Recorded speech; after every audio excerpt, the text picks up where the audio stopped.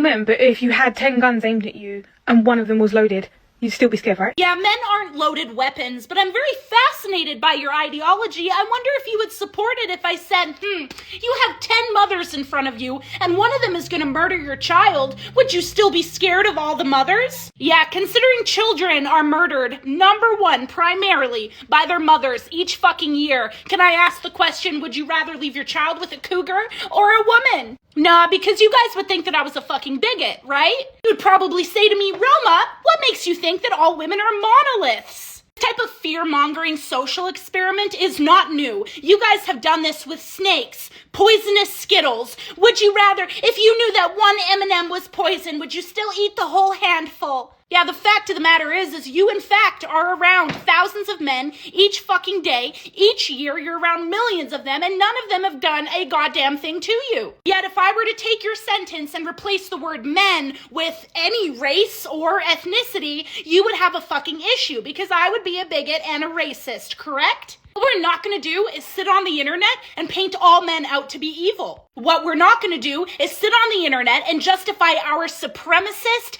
bigot ideologies on the behalf of, well, we're women and we've been oppressed. Lots of you are just living through the trauma that you never experienced, that maybe our grandmothers did, and you're like, this is why it's all day, every day, therapist, mother maid. Meanwhile, we're in a generation where women are catered to the absolute most. We face the lowest amount of oppression in the West than we ever fucking have, but yet instead of using our voices to advocate for women in, I don't know, the eastern parts of the world, the southern parts of the world, we want to sit here and bitch and fucking cry about the patriarchy that barely exists anymore. Just because your boyfriend Kyle cheated on you in the 5th grade does not mean that you're now traumatized and all men are narcissists. Okay, Becky?